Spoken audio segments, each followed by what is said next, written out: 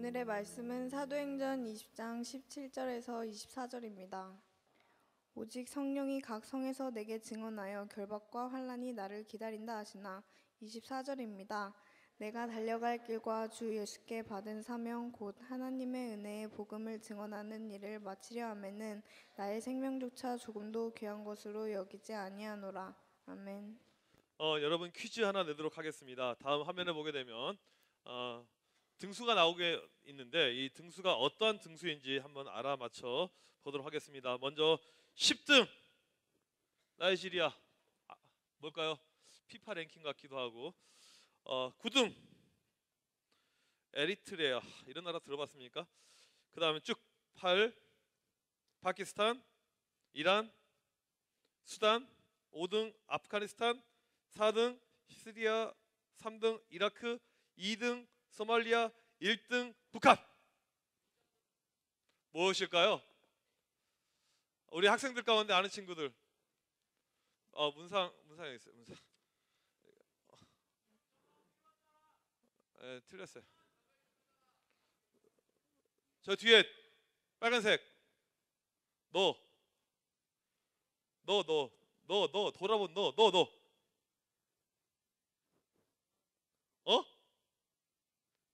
틀렸어요. 맞을 것 같은데 느낌이. 틀렸어요. 맞았어요. 민성이 앞으로 민성이. 민성 맞았어. 기독교 박해순입니다. 빨리 나와. 늦게 나오면 바로 준다. 시간 없으니까 그냥 가져가. 여기 나 떨어진다. 미안해 이렇게 줘서. 시간이 없으니까. 기독교 박해 지수입니다. 세계에서 기독교를 가장 싫어하고 복음을 박해하는 그 수치가 나와 있는데 1등이 어디냐면 1등이 북한. 13년째 1등을 하고 있습니다. 13년째. 북한에서 예수 믿으면 그냥 사람이 죽임을 당하게 되는 것이죠. 그럼에도 불구하고 박해가 심하고 핍박이 심함에도 불구하고 북한의 잠정 통계가 나와 있는데 뭐냐면 지하 교회가 1200개, 기독교인이 30만 명. 근데 그 수치가 늘어나고 있습니다. 중국이 공산당으로 인해서 기독교 박해합니다. 핍박을 합니다. 교회를 세웠다가도 언제든지 허물어 버릴 수가 있어요. 우리 작년에 같이 상해 갔던 친구들 그 지하교회 우리 경험했었잖아요. 그런데 중국의 기독교인이 1억 명이 넘습니다. 놀랍죠? 박해하고 핍박하는데 기독교가 없어져야 되는데 더 많이 생겨나고 있습니다. 왜 이러한 일이 발생하고 있는가? 그 해답은 로마서 1장 16절에 잘 나와 있습니다. 우리 같이 한번 읽어봅시다. 시작. 내가 복음을 부끄러워하지 아니하노니 이 복음은 모든 믿는 자에게 구원을 주시는 하나님의 능력이 됨이라. 아멘. 복음에는 능력이 있기 때문입니다. 복음이 무엇이냐면 좋은 소식. 예수님께서 우리를 위해서 이 땅에 오시고 우리를 위해서 십자가에 못 박혀 죽으신, 우리를 구원해 주신 기쁜 소식이 복음인데 이 소식을 전하면 거기에 능력이 있어서 사람들이 변화된다는 거예요. 사람들이 달라진다는 겁니다. 전에 우리가 많이 봐서 알겠지만 그 찌질했던 애들, 그 찐따들, 그 비읍시옷 애들, 이런 애들 변화가 일어난다는 거예요. 우리가 작년 그 해피데이 때 여러분들 기억나죠? 피켓 들고 서 있던 그 20명의 그 무리들, 복음으로 달라진 그 인생들 있죠? 우리 안에 많이 있습니다. 많이 있어요. 목사님 매번 이야기해서 너무 미안하지만 우리 준표쌤 잘생겼죠? 별로 잘생기지 않은 것 같습니다. 미안하네요. 준표쌤 있는데 참 듬직합니다. 이 준표쌤 목사님이 이제 여기 드림교회 처음 왔었을 때는 현서쌤의 인기가 하늘을 거의 올라가고 있습니다. 윤시훈 닮았니 하면서 거의 이렇게 날아가고 있었는데 요즘에 준표쌤 거의 이렇게 올라가고 있습니다. 조만간에는 그 옆에 있는 그 대홍쌤한테 그 자리가 이렇게 넘겨갈 것 같은 지금 그런 느낌을 받고 있습니다. 왜 그러냐면 사람 늙거든. 40대 돼봐 어떨지 애들이 연락도 안 해요. 이제 우리 준표쌤, 대홍쌤, 또 맨날 혼자 크게 아멘하고 있는 우리 혁진쌤, 집이 대야인데 매일 교회 아침마다 출근합니다. 교회 대야 엄청. 여러분 교회 대야에서 교회 오는 친구 있습니까? 여기는 교회를 맨날 와요. 누가 보면 무슨 교회 일하는 종인 줄 알 것 같아. 맨날. 우리 이 선생님들 보게 되면 공통된 특징이 있습니다. 뭐냐면 중등부가 없는 거예요. 중학교 시절이 없습니다. 교회 안에서. 고등학교 때 예수 믿고 고등학교 때 교회 나오고 고등학교 때 주님을 만났기 때문에 중등부 시절이 없습니다. 하지만 그럼에도 불구하고 교회의 텃세를 극복하는 거예요. 우리 교회의 가장 큰 텃세가 무엇입니까? 서해 어린이집 출신, 서해 초등학교 출신, 이 서서 라인, 서서 동 라인, 이 라인이 가장 세죠. 그 다음에 더 나아가서는 예비 찬양단 출신 그 터세들 엄청나게 셉니다. 그런데 전혀 굴하지 않고 너무너무 잘하고 있습니다. 복음은 한순간에 사람을 변화시킵니다. 저들은 모두 한순간에 변화되었습니다. 언제? 수련회 가서 주님을 만난 다음에. 여러분들 가운데 변화를 꿈꾸는 친구들, 나는 변화되고 싶습니다, 달라지고 싶습니다, 그러면 꼭 수련회를 가길 바랍니다. 성경에 보게 되면 복음으로 인해서 가장 급진적으로 변화된 사람이 있습니다. 사도 바울이에요. 사도 바울은 예수님을 알기 전에는 예수 믿는 사람을 잡아 죽였고 팼고, 그 다음에 그게 제일 싫었습니다. 예수 교회 예수장이 제일 싫었습니다. 그래서 예수장이들을 죽이기 위해서 하루는 다메섹이라는 곳을 가던 가운데 하나님을, 예수님을 그 자리에서 만나게 됩니다. 그리고는 이 사람의 인생이 달라져 버린 거예요. 완전히 달라지게 됩니다. 오히려 이제 반대로 삽니다. 복음을 증가하면서, 예수를 증가하면서 살게 됩니다. 왜? 구원을 받을 수 있는 유일한 길은 예수를 믿는 길밖에 없으니까. 교회를 다녀도 예수를 모르면 구원을 받지 못합니다. 수많은 사람들이 예수 없이 살아가고 있습니다. 이것을 아니까 너무나도 안타까운 거예요. 한 영혼이라도 더 구원하기 위해서 복음 전도, 선교하는 것, 이것을 삶의 우선순위로 삼았습니다. 복음 증가하는 것이 가장 중요했습니다. 그게 어느 정도였냐면 내 직업, 내 가족, 내 생계 필요 없어요. 다 필요 없습니다. 오직 복음 증거, 여기에 올인을 때립니다. 이게 바로 사도 바울이에요. 세상에서 가장 중요합니다. 그래서 바울은 이 복음을 들고 아시아, 유럽 1차, 2차, 3차에 걸쳐서 전도 여행을 떠납니다. 계속해서 복음을 증거해요. 자기 목숨을 걸고 복음을 증거합니다. 수많은 어려움이 찾아옵니다. 배를 타고 이동을 하니까 배가 난파돼가지고 물에 빠져서 죽을 뻔한 위기가 있었고, 치안이 어려운 지역 가니까 강도 만나서 돈 다 뺏기고 두드려 맞아가지고 위험이 있었고, 또 기독교 박해하는 그런 나라 가니까 너무너무 많이 때려가지고 실신해서 죽음의 위기, 어려움, 이것이 한두 번도 아닙니다. 그런데 이 일을 포기하지 않습니다. 왜?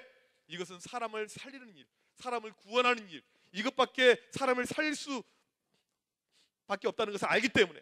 심지어는 바울이 지금의 터키 지역, 에베소 지역에서 열심히 사역을 하다가 이제 예루살렘에 가서 복음을 증거하기로 작정합니다. 그리고 복음을 증거하기 전에는 항상 했던 것이 있죠. 기도하는 것이죠. 하나님, 이제 예루살렘에 갑니다. 제가 어떻게 하면 좋을까요? 기도하는 가운데 성령께서 바울에게 환상이든지 음성이든지 보여주십니다. 그림을 보여줘. 일어날 일을 대해서 미리. 가니까 바울을 죽이려고 하는 암살단들이 있는데 바울을 잡아갑니다. 바울을 때립니다. 죽이려고 합니다. 엄청나게 큰 어려움, 핍박이, 그림이 다 보여집니다. 이것을 보이는 거예요. 근데 그럼에도 불구하고 갑니다. 우리 중학교 1학년 친구들, 여러분들 이제 중학교 배정을 앞두고 있죠? 뭐 다들 막 동원중 막 이렇게 꿈꾸고 있어. 동원중 좋지도 않은 학교인데, 막 동원중 일진들 엄청나게 많은 이런 학교인데 동원중 꿈꾸고 있는데, 이번에 수련회 참석했더니 하나님께서 내가 기도하는 가운데 내가 갈 학교를 미리 보여주시는 거야. 와, 좋겠지, 좋겠지. 이럴 수가 있다니까. 미리 딱 보여줘. 그런데 그 학교가 내가 예상했던 학교가 아닌 거. 내가 정말 가기 싫었던 그 학교 13지망 학교를 내가 가게 되는 거야. 13지망 학교. 우리 집에서 제일 멉니다. 학교가 맨 산꼭대기에 있습니다. 앞에는 뭐 일진들 막 그렇게 막 서성이고 있습니다. 뭐 그 학교를 내가 가게 된 거. 그리고 거기서 끝나는 것이 아니고 갔더니 담임이 누구냐면, 담임이 성범죄 전과가 있는 변태 사이코가 담임이야. 맨날 카메라로 애들 막 다리 찍고 있고 막 이런 담임이야. 우리 반 애들은 완전 에바. 미친 거 애들. 정신병 거의 수준. 절반이 학교 졸업하기 전에 소년원 갈 애들, 이런 애들이 우리 반 애들이에요. 여러분들 만약에 그렇게 반편성, 학교가 편성된다면 그 학교 가고 싶겠습니까? 안 가려고 하죠. 저 전학 갈래요. 저 그냥 김제로, 서천으로 가겠습니다. 그러겠죠. 바울은 예루살렘에 갑니다. 가면 잡혀 들어가고 고초를 당하게 됩니다. 하나님께서 미리 말씀해 줬어요. 그럼에도 불구하고 저 예루살렘 가겠습니다. 왜? 내 목숨이 중요한 것이 아니고 복음을 증거하는 것이 중요하기 때문에. 그래서 24절에서 이렇게 바울이 이야기를 하고 있습니다. 24절 시작. 내가 달려갈 길과 주 예수께 받은 사명, 곧 하나님의 은혜의 복음 증언하는 일을 마치려 하면은 나의 생명조차 조금도 귀한 것으로 여기지 아니하노라. 바울에게 있어서 우선순위는 복음을 증거하는 것, 예수님을 알리는 것, 이것이 중요한 것이, 내 목숨이 중요한 것이 아닙니다. 내 목숨은 가치가 없습니다. 별 의미가 없습니다. 복음만 증거하면 됩니다. 복음을 증거할 수만 있다면, 사람을 한 명이라도 구원할 수만 있다면 내가 죽어도 관계없습니다. 이것이 바울의 사명선언문, 인생에서 가장 중요한 목적, 의미, 영혼을 살리는 일이었습니다. 작년 4월달 어떤 일이 있었죠? 세월호 사건이 있었습니다. 이 사건은 우리가 절대로 잊을 수가 없어요. 여러분들 죽을 때까지 이것을 잊어서는 안 됩니다. 목사님은 이 세월호 여러분들에게 자주 더 언급을 하게 될 것입니다.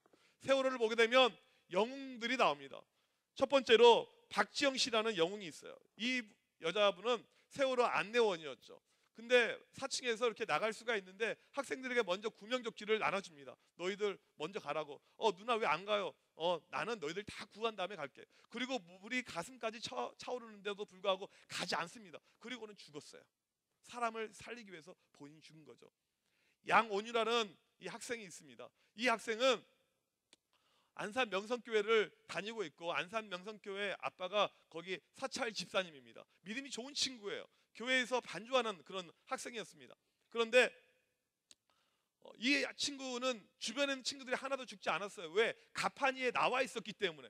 그런데 이 친구가 어떻게 되냐면, 가판위에 나와 있는데 밑에 있는 객실에 있는 친구들이 생각이 나가지고 구하러 내려갑니다. 그래서 죽은 거예요.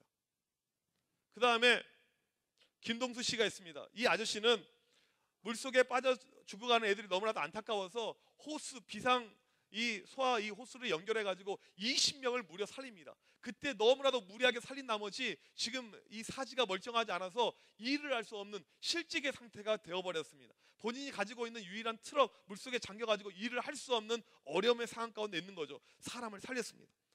박지영, 양원유, 김동수, 이 사람의 공통점은 사람 살리는데 온 힘을 다했습니다. 나는 죽어도 관계없습니다. 사람을 살려야 됩니다. 이 마음이죠. 그런데 영적으로 보게 되면 세월호가 같이 배가 침몰하고 있고 그 안에 수많은 학생들이 죽어가고 있습니다. 그런 애들이 이 땅에 수두하다는 거예요. 바울이 이것을 보게 된 겁니다. 영적으로 사람들이 다 죽어가는 거예요. 우리 가운데 필요한 것이 바로 이러한 영적인 눈입니다. 사람들이 죽어가고 있습니다. 사람들이 죽어가고 있어요. 살려야 되죠.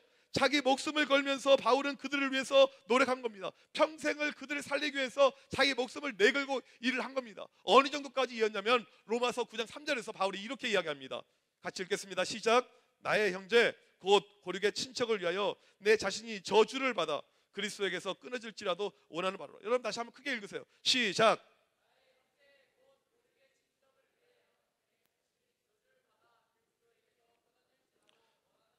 무슨 말이냐면 내 주변에 있는 사람들, 내 친척들, 내가 아는 사람들, 그들이 주님 앞에 돌아올 수만 있다면 내가 저주받아도 관계없습니다. 내가 지옥에 가도 관계없습니다. 내 주변에 있는 수많은 사람들, 그들을 전도할 수만 있다면, 그들이 하나님 앞에 올 수만 있다면 나는 죽어도 관계없습니다. 이거입니다. 하나님 저 정말 괜찮습니다. 저 죽어도 괜찮아요. 저 지옥 가도 괜찮아요. 사람들이 전도할 수만 있으면, 구원할 수만 있으면 모든 것이 괜찮습니다. 이것이 사도 바울의 소원이었고 희망이었고 기도 제목이었다는 것입니다. 영혼을 살리는 것이 가장 중요하다는 거예요. 인생에서 이 땅에서 그가 복음을 증거하고 마지막에 순교의 인생을 마감하고 했었을 때 많은 사람들이 알아주지 않습니다. 인정해주지 않습니다. 너 뭐냐. 하지만 하나님이 볼 때는 그 사람이 최고인 거예요. 최고입니다. 이 땅에서는 돈 있는 사람들을 알아줍니다. 기업인들을 알아줍니다. 백화점 모녀 얼마나 알아줘요. 갑질할 수 있잖아. 언제나. 그 다음에 비행기 탈 때 1등석에서 땅콩을 까먹는 그 사람들 갑질할 수 있잖아. 내가 최고다. 내가 갑이다. 갑과 을 막 싸대기 때리면서 내가 최고야. 하지만 하늘나라에 올라가면 그들은 을입니다. 을 중에서 최악의 을. 하나님께서 가장 기뻐하시는 갑은 누구냐면 하나님의 복음을 증거한 사람. 바울이 최고의 갑인 거죠. 복음을 증거하다 살아간 사람. 그 사람들, 수많은 영혼을 살린 사람들. 지금도 이 땅에 보게 되면 이렇게 복음을 위해서 사는 분들이 많이 있습니다. 자기 목숨을 내걸고 자기 인생을 다 포기하고 삶을 포기하고 아프리카, 아시아, 아메리카 이런 데리고 가서 복음을 증거합니다. 목사님 친구 중에서도 여럿이 선교사로 나가 있는 친구들이 있어요. 정말 대단하죠. 우리 청소년부가 매년 후원하고 있는 전성원 선교사님 보게 되면 스리랑카에서 지금도 복음을 증거하고 있습니다. 말도 통하지 않습니다. 언어적인 장벽이 있어요. 문화적인 충돌이 있습니다. 자식들까지 힘들어요. 그런데 왜 가서 그런 일을 하고 있냐면 영혼을 살리기 위해서. 죽어가는 영혼을 살려야 되니까. 가지 않으면 안 되니까. 우리는 그들 도와야 되죠. 우리가 기억해야 될 것은 대한민국에 이렇게 많은 교회가 생겨나고 우리 드림교회가 있고 우리 비전랜드가 있고 이 모든 것이 우연히 만들어진 것이 아니라는 겁니다. 어떤 사람 누군가의 희생이 있었기 때문에 내가 복음을 위해서 내 젊음을 바치겠습니다. 내 복음을 위해서 내 인생을 바치겠습니다. 이러한 사람들이 있었기 때문에 대한민국이 지금 있는 것입니다. 그냥 절대 만들어진 것이 아니라는 거예요. 1800년 후반에 어떤 아이가 6살이 되었을 때입니다. 6살 되던 해에 엄마가 돌아가셨습니다. 엄마가 어떨까요? 엄마가 돌아가시면 아싸리 잘 됐다. 엄마 꼴도 보기 싫은데 6살짜리가 그럴까요? 6살짜리 엄마가 돌아가셨어요. 근데 그의 동생도 죽었습니다. 그의 할머니도 돌아가셨어요. 집안 식구들이 하나씩 다 죽어가는 거예요. 근데 설상가상으로 아빠가 사업에서 실패합니다. 집안이 완전히 망했어요. 너무너무 살기 힘들어서 13살이 되던 해 미국으로 이민을 떠납니다. 이민 갔는데 아빠가 돌아가셨어요. 고아가 된 거예요. 하지만 인생을 포기할 수가 없습니다. 열심히 살았어요. 하루에 5시간만 자면서 공부만 합니다. 열심히 공부해서 뉴욕 대학에 합격하게 됩니다. 어렸을 때부터 가지고 있었던 비전이 있습니다. 이 친구는 집안은 이렇게 엉망이 됐지만 믿음 있는 친구였어요. 내가 인도에 가서 선교하리, 이러한 비전을 꿈꿨습니다. 그리고 나서 이제 신학교에 가서 공부를 하고 이제 선교사가 될 준비를 하고 있습니다. 근데 학교에서 하루는 이 선교를 준비하고 있는 친구들이 다 함께 모이게 됩니다. 그런데 누군가가 조선에 대한 발제를 하게 됩니다. 1882년 5월 20일 한미 수호 통상 조약이 체결이 되어서 이제 조선이라는 나라에 우리가 들어갈 수 있게 되었습니다라고 이야기를 하는 거예요. 그런데 알고 보니까 이 조선은 1,300만 명이 살고 있는데 예수 믿는 사람이 한 명도 없습니다. 한 명도 없습니다. 누군가가 가야 되지 않겠습니까? 라고 이렇게 발제를 하는 거예요. 이 이야기를 들었던 이 친구가 그 이야기를 듣는 순간에 가슴이 뛰기 시작합니다. 그래, 내가 갈까? 내가 갈까? 하다가 안 가요. 그냥 이제 시간이 지나간 거예요. 그리고 나서는 이제 인도에 대한 계속 꿈을 가지고 이렇게 있다가 어떤 교회에서 담임 목사로 오라고 청빙서가 들어옵니다. 그리고는 그래, 우선 내가 이 목회를 하다가 나중에 선교를 가야겠지 하고 담임 목사 수락 편지에다가 사인을 해가지고 이 편지를 우체통에 넣으려고 하는 순간에 하나님의 음성이 들려옵니다. 영어로 들려왔겠죠. 이렇게 이야기합니다. 하나님께서 No one for 조선. How about 조선? 왜 아무도 조선에 가지 하려고 하지 않느냐? 왜 너는 조선에 가려고 하지 않느냐? 내가 너를 부르고 있는데 지금 조선의 영혼들 1,400만 영혼들이 죽어가고 있는데 왜 가려고 하지 않느냐? 이 음성이 20년 가운데 들어오는 거예요. 그 순간에 이 종이 이 편지를 주머니에 다시 넣습니다. 그리고는 선교본부에 가서 제가 조선에 가겠습니다. 제가 한국에 가겠습니다. 이렇게 이야기하는 거예요. 선교본부에서 깜짝 놀랍니다. 아직까지 들어간 사람이 한 명도 없으니까 갈 수 없습니다. 가면 위험합니다. 그 이야기를 이제 내일 모레 결혼을 앞두고 있는 자기 약혼녀에게 이야기합니다. 조선이라는 나라였는데 조선이 어디야? 세계에서 가장 못 산 나라야. 엄청 위험해. 가면 죽을 수도 있어. 약혼녀가 나 너 더 이상 안 만나. 헤어져 버린 거예요. 파혼을 당합니다. 근데 그럼에도 불구하고 그가 가지고 있었던 그 비전, 조선을 향한 꿈, 이것을 가지고 1885년 4월 5일 부활절 아침 아펜젤로와 함께 인천 제물포 항에 첫 발을 내딛게 됩니다. 그가 바로 우리나라 1호 선교사 언더우드 선교사입니다. 26살에 들어오게 됩니다. 10대 때 하나님 앞에 헌신했습니다. 20대 때 하나님 앞에 쓰임 받았습니다. 하나님의 일은 10대 때 헌신하고 결단하는 거예요. 지금 헌신하는 거예요. 그 다음에 20대 때 하나님 앞에 쓰임 받기 시작을 하는 것이죠. 이 땅에 그가 오자마자 쓴 시가 있습니다. 이 조선의 모습을 보면서 쓴 시가 있어요. 그 시의 일부분을 읽어드리도록 하겠습니다.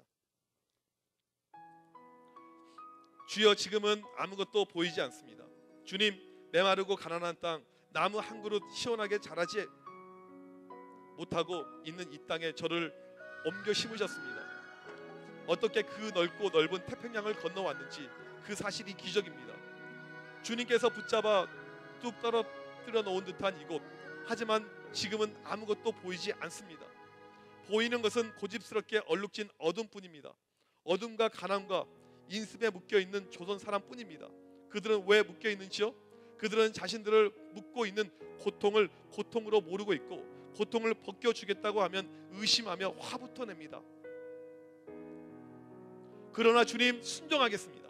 겸손하게 순종할 때 주께서 일을 시작하시고 그 하시는 일을 우리에게 영적인 눈이 볼 수 있는 날이 있을 줄 믿습니다. 지금은 우리가 황무지 위에 맨손으로 서 있는 것 같으나 지금은 예배당도 없고 학교도 없고 그저 경계의 의심과 멸시와 천대함이 가득 찬 곳이지만 이곳이 머지않아 은총의 땅이 되리라는 것을 믿습니다. 주여, 오직 제 믿음을 붙잡아 주소서. 130년 전에 언더우드가 이러한 비전을 가지고 이러한 꿈을 가지고 이 땅에 왔습니다. 그리고 마침내 그의 한국을 향한 비전, 그 꿈이 드디어 성취가 되었습니다.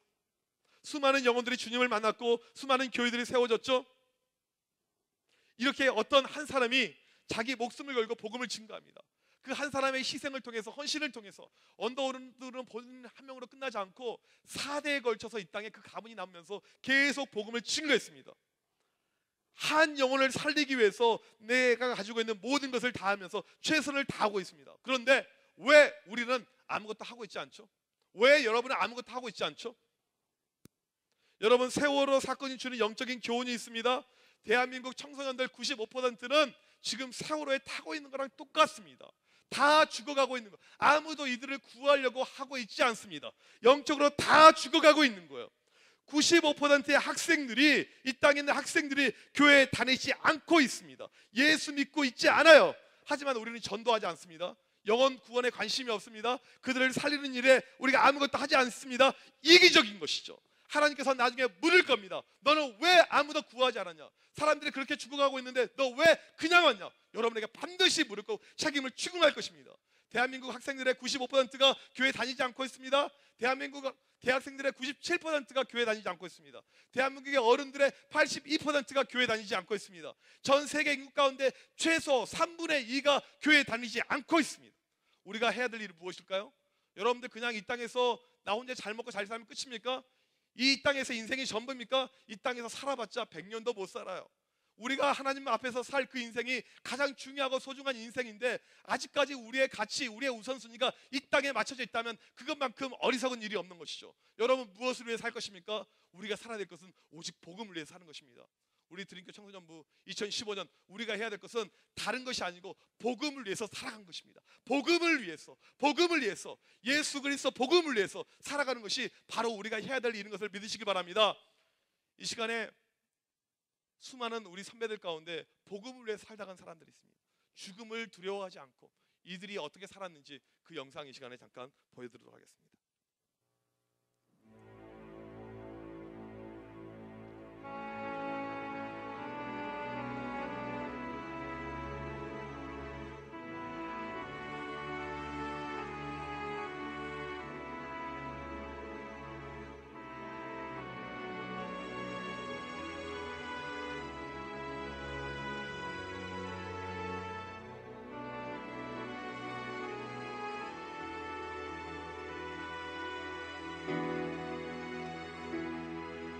내 마음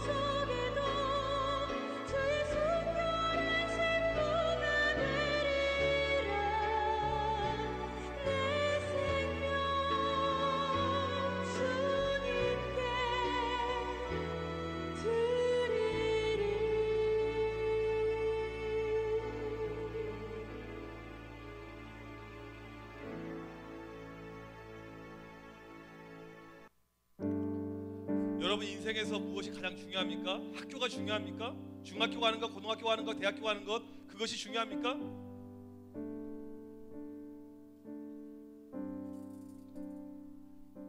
우리가 지금 존재하기까지 수많은 믿음의 우리 선진들이 내 목숨보다, 내 가족보다, 내가 가지고 있던 어떤 것보다 오직 예수 그리스도 그분이 가장 중요합니다.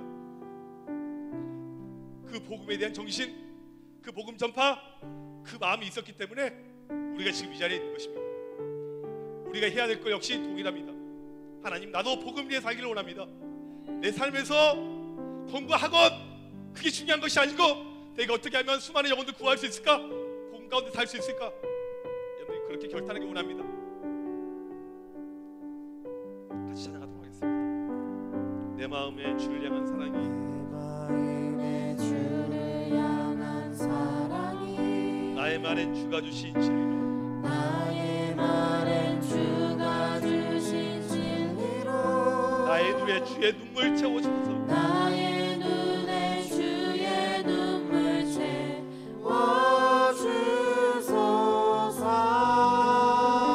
내 입술에 찬양의 향기가,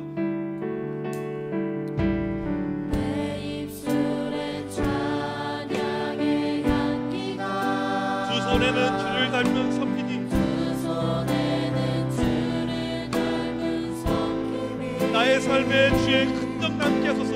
나의 삶에 주의 흔적 남게 하소서. 세상이 감당하지 못할 하나님의 사랑이 하나님의 사랑이 영원히 함께하리라. 영원히 함께하리. 십자가의 길을 걷는 자에게, 나의 길을 걷는 자에게, 순교자의 삶을 사는 이에게, 순교자의 삶을 사는 이에게, 조롱하는 소리와 조롱하는 세상 소리와 유혹 속에도 세상 유혹 속에도 주의 순결한 신부들이라. 순결한 신부가 되 주님, 내 생명 주님께, 내 생명 주님께 드리리. 하나님의 사랑이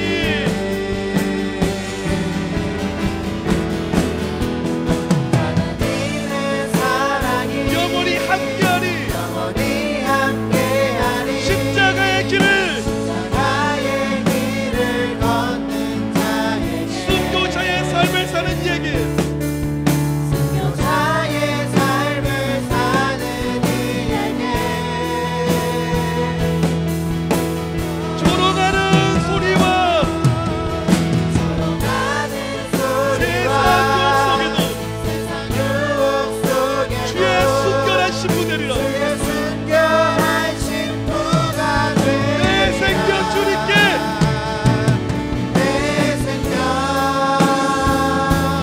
주님께 내 생명 주님께, 내 생명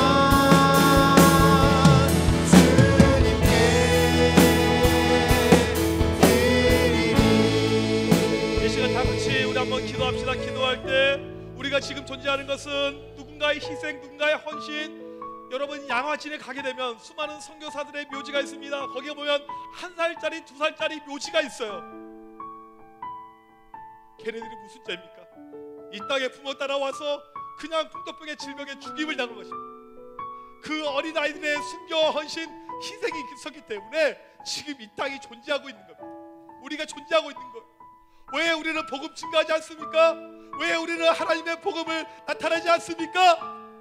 이 시간 간절히 기도할 때, 하나님, 내가 하나님의 복음을 위해 살기를 원합니다. 복음을 증가하기를 원합니다. 하나님이 못하고 죽어가는 수많은 영혼들, 그들에게 복음으로 나갈 수 있도록 주여 은혜 베풀어 주셔서, 주님 나를 사용하여 주셔서, 나를 통해서 일하여 주셔서, 우리 시간 주여 한번 치고 기도합니다. 주여.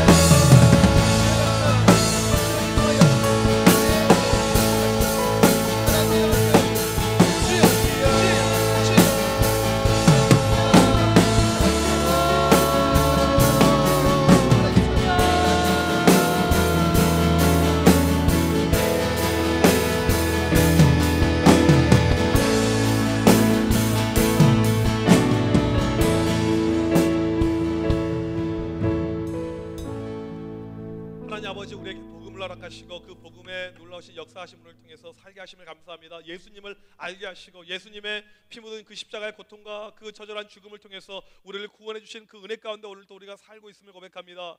주님은 우리를 살리셨고 수많은 선교사들, 수많은 복음 증거자들의 그 희생과 헌신을 통해서 우리가 이 자리에 있는데 하나님, 우리가 그동안에 전도하지 못하고 하나님 복음을 증거하지 못했던 것들이 있으면 용서하여 주십시고, 하나님 2015년 우리 가운데 다시 한번 복음 증거에 대한 뜨거운 열정을 허락하여 주셔서 하나님 알지 못하고 죽어버린 영혼들, 불쌍한 영혼들, 우리가 그들을 바라보기 원합니다. 그들을 위해서 헌신하기 원합니다. 그들을 위해서 달려나갈 수 있도록 인도하여 주셔서 우리 학교에서, 우리 가정에서, 우리가 있는 모든 곳에서 우리가 복음 증거할 수 있도록 인도하여 주셔서 그런 가운데 이 주변에 있는 수많은 영혼들 주님 앞에 돌아올 수 있도록 인도하여 주셔서 그들이 주님을 만날 수 있도록 인도하여 주셔서 우리를 사용하여 주셔서 하나님 아버지, 오늘 또 하나님 앞에 나오면서 귀한 예물 드리는 성결들이 있습니다. 11조 감사헌금, 주정헌분 여러 가지 제목으로 드리는 성결들마다 주님께서 축복하여 주옵시고 이 모든 것이 복음을 위해서 쓰임받을 수 있도록 하나님께서 축복하여 주셔서 지금은 우리 주 예수 그리스도의 크신 은혜와 하나님 아버지의 사랑하심과 성령님의 교통하심이 복음을 위해 살길 원하고 복음 증거에 내 목숨 걸길 원하는 드림교회 청소년 박성들 머리머리 위에,